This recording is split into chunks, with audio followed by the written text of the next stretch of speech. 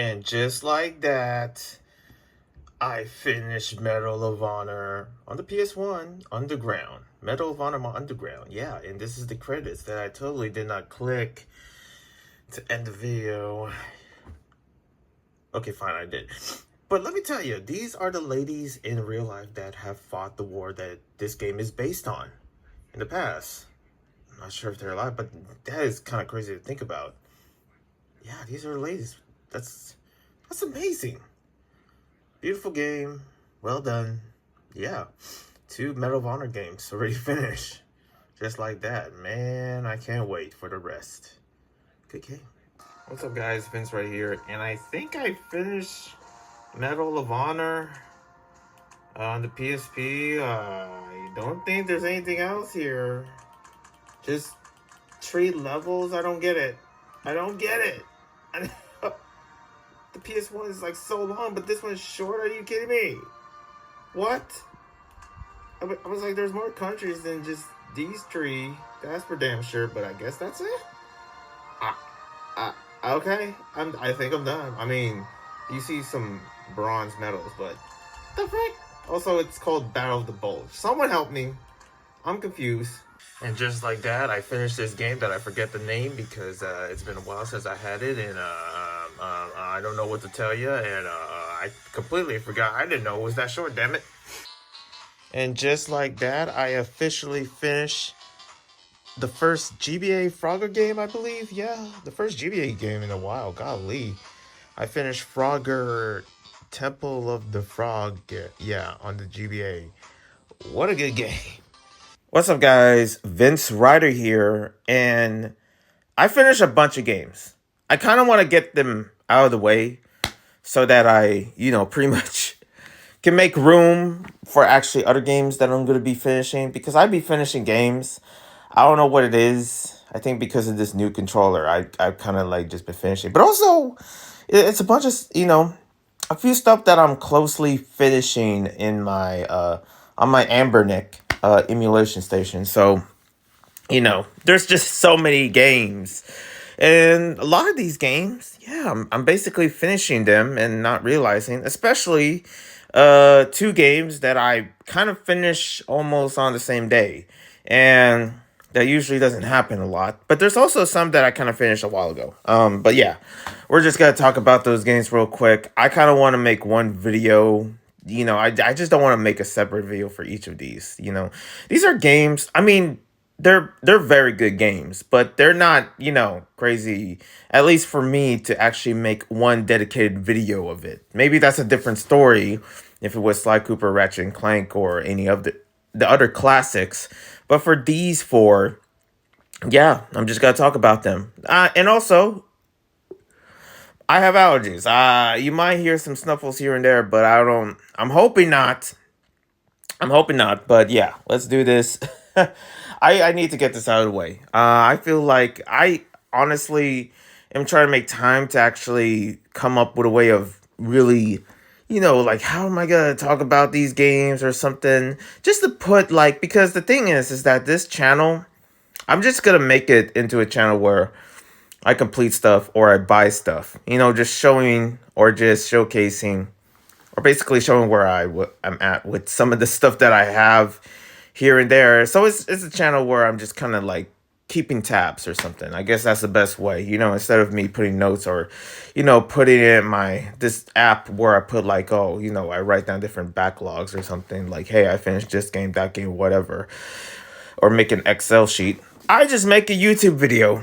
That's it. And also it's a way for me to really talk about the game and review it in a way which, especially for the ones that, when it comes to this video where the review is not good, and me telling you if the game is either good or bad, I honestly have no idea what to give you the answer of, okay? I'm just gonna be real. I just played it. I looked at it. I was like, I remember seeing like some of these games like, oh, hidden gems in the PS1 or GBA.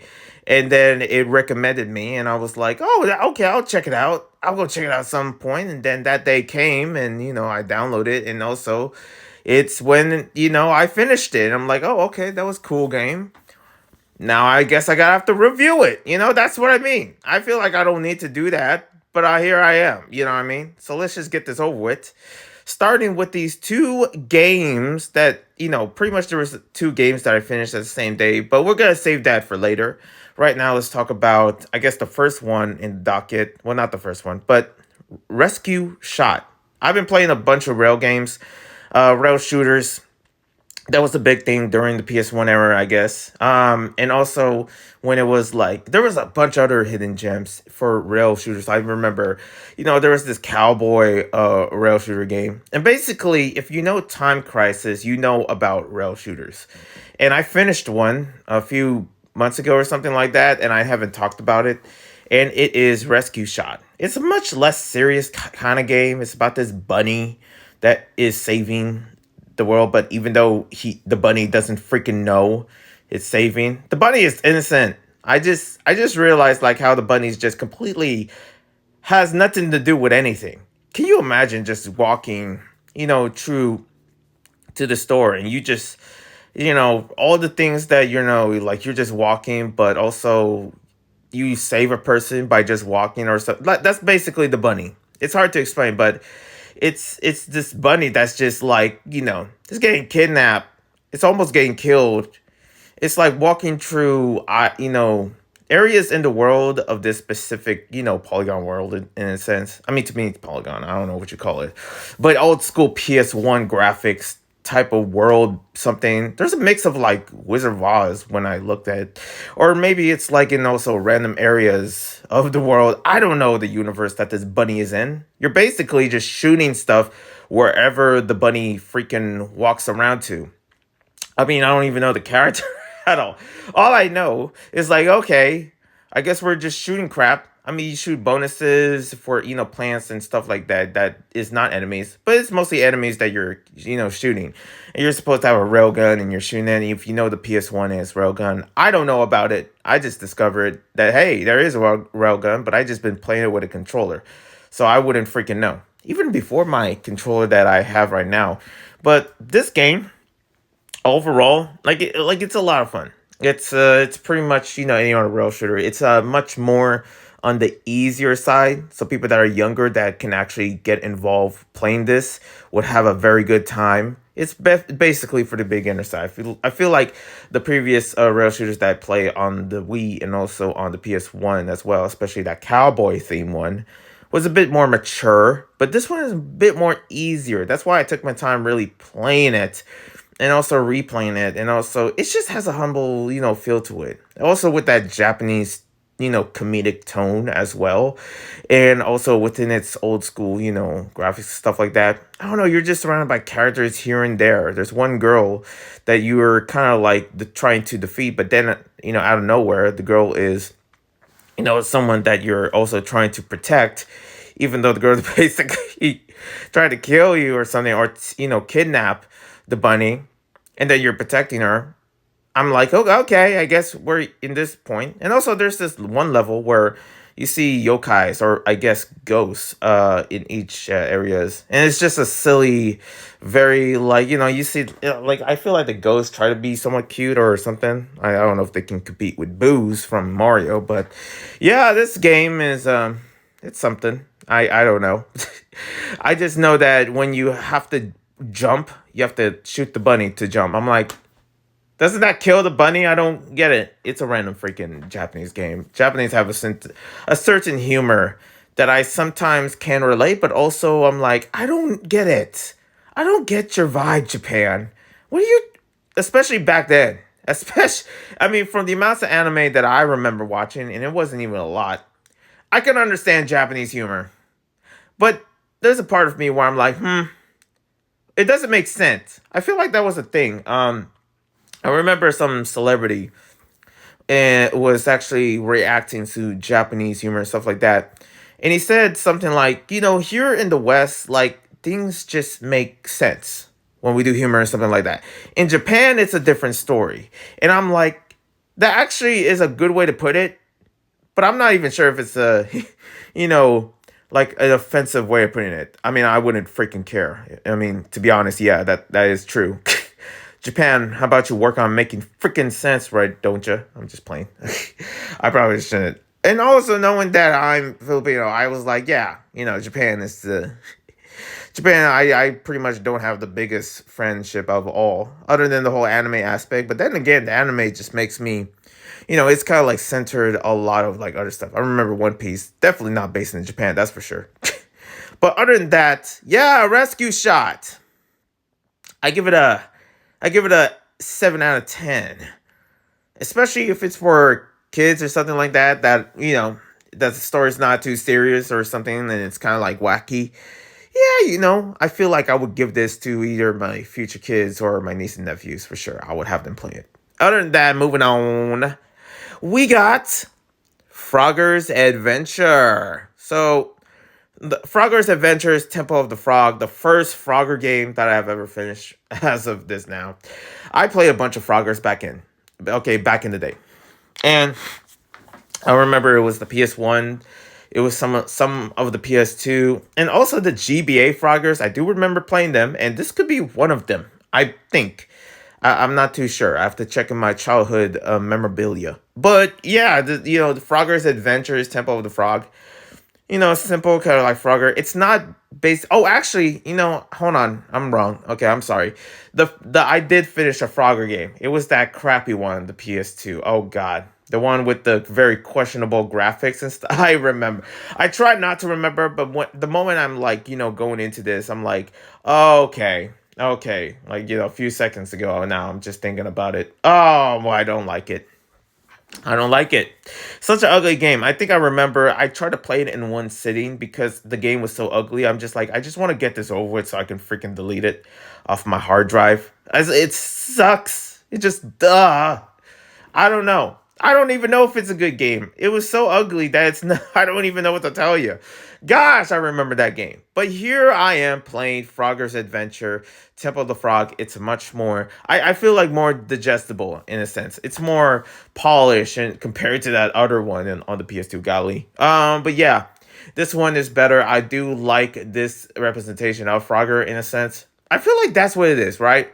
I'm not even sure. Actually, hold on. Let me check out the character within Frogger's Adventure, and I'll get back to you as I'm looking up on Google. And is it here? Is it here? Okay. So the same mascot from PS2 Frogger is actually on this. I did not know. I thought it was a much more I mean, I'd rather prefer that, GBA, so we don't see the questionable graphics on the freaking PS2 of that Frogger. Golly. So, it's still okay. It's like I just didn't know.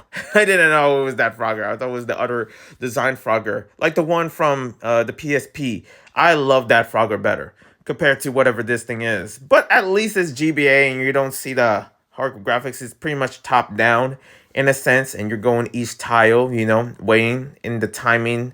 And pretty much it's definitely much more fun when it comes down to the whole save state. I 100% it. I 100% freaking Temple of the Frog, and I guess I got nothing. I don't know.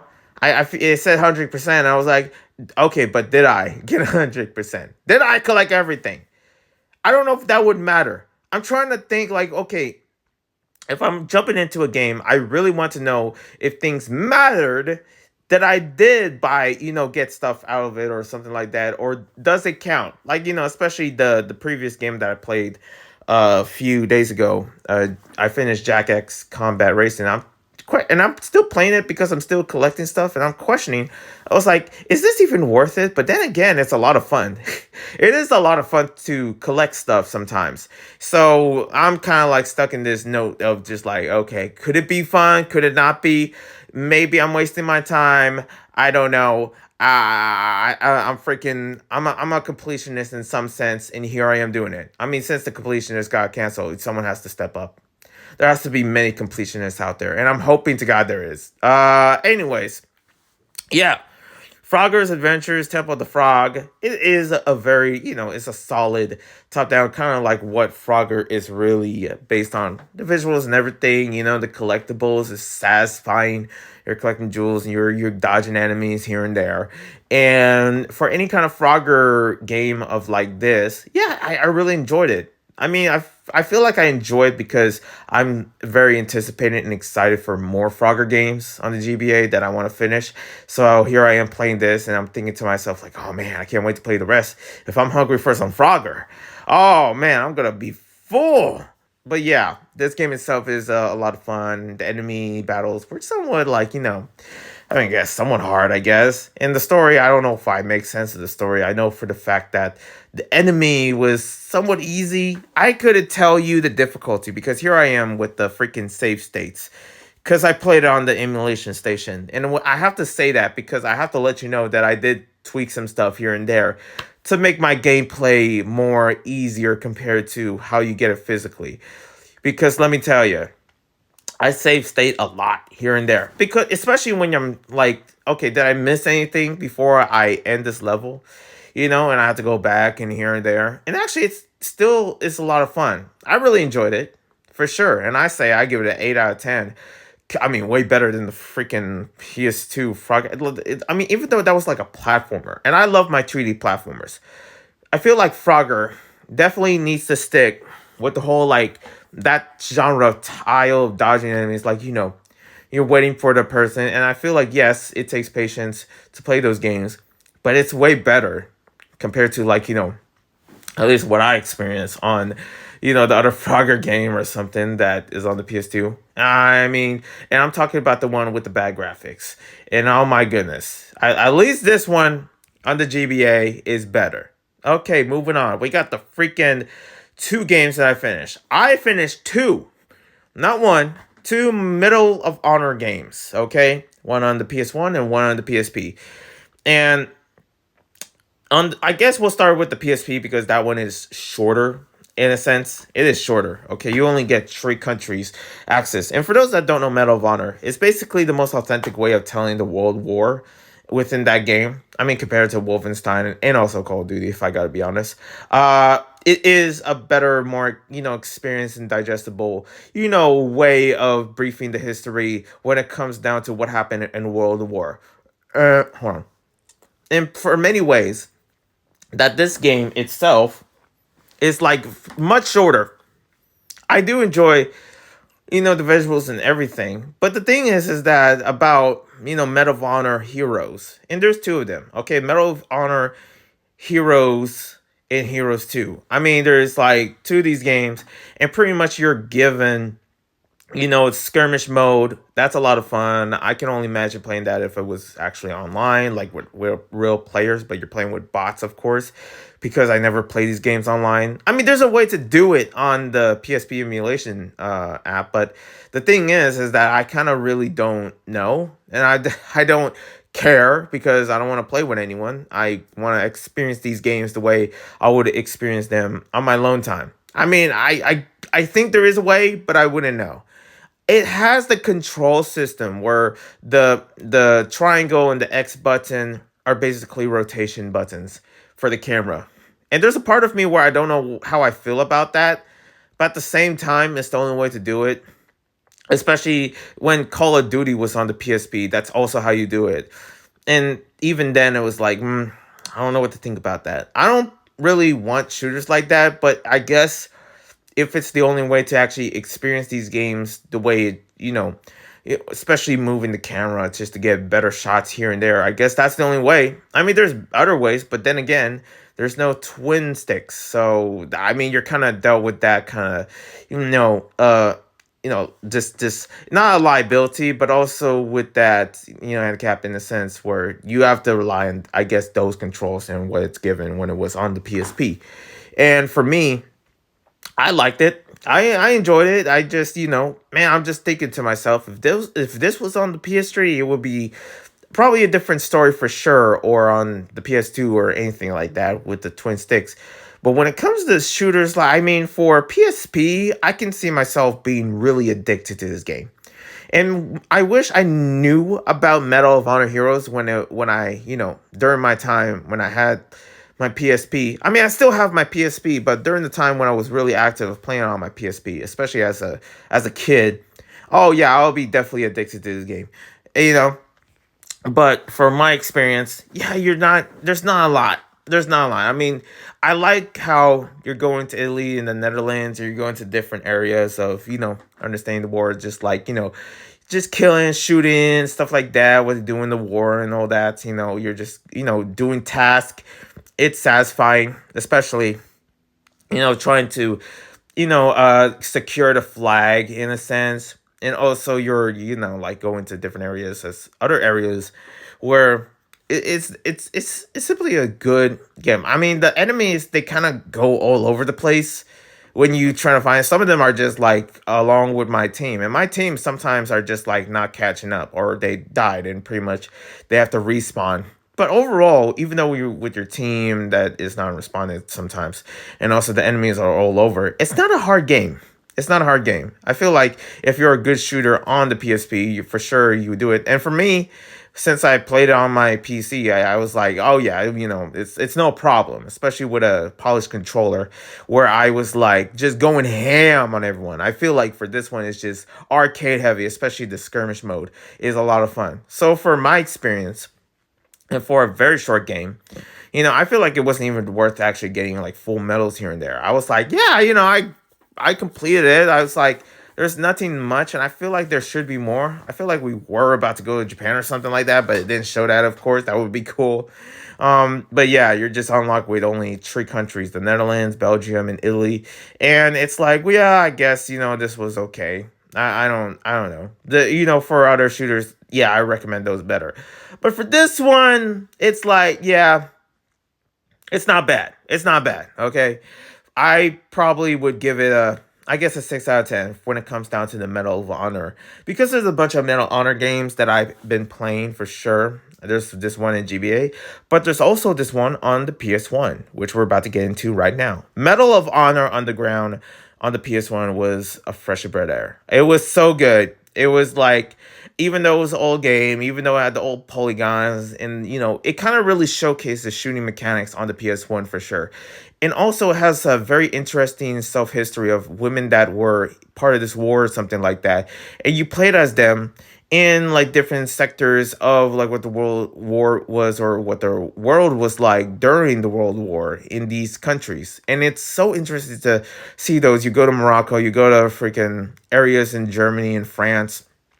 You're just all over the place. You're pretty much going here and there to, stop the Nazis, I guess. Because that's basically what the whole game is, stopping the Nazis and also doing different tasks. Kind of like what, Medal of Honor Heroes is. But Medal of Honor Heroes is a much more newer compared to this one on the PS1. The Medal of Honor Underground is very, it's not Medal of Honor 1. I didn't play that, okay? I played Medal of Honor Underground, okay? This is by DreamWorks, and it's by Steven Spielberg, surprisingly. And, it's because, I probably don't know much about, movie directors here and there. But hey, I thought that information might be somewhat important. But also, the players you're playing at, I didn't know they were women.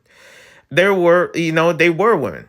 And it's like, okay, I didn't know that, because, you're just shooting here and that. And it doesn't really showcase or let you know about their gender at all. And I kind of appreciate that, knowing that, maybe you hear some voices of them and maybe that kind of gives it away. But there's a part of me where it's like, yeah, they're you wouldn't know. I wouldn't tell. You're doing these different missions. You're shooting, different enemies here and there. And I like how the PS1 really, they try to be creative for what they were given on the PS1 to actually make these visuals good looking, make the story, sense, and also some, it's because it's a lot of history when it comes to playing this, and just showcasing like where they were at, but also using footage of history during those times to actually really put this game like in that visual sense, especially during the PS1 days. Like it's pretty good. I like the magical, like, I guess in some sense mystical score when it comes down to the music of the game. There's a part of me where, yep, it feels like a DreamWorks, that's for sure.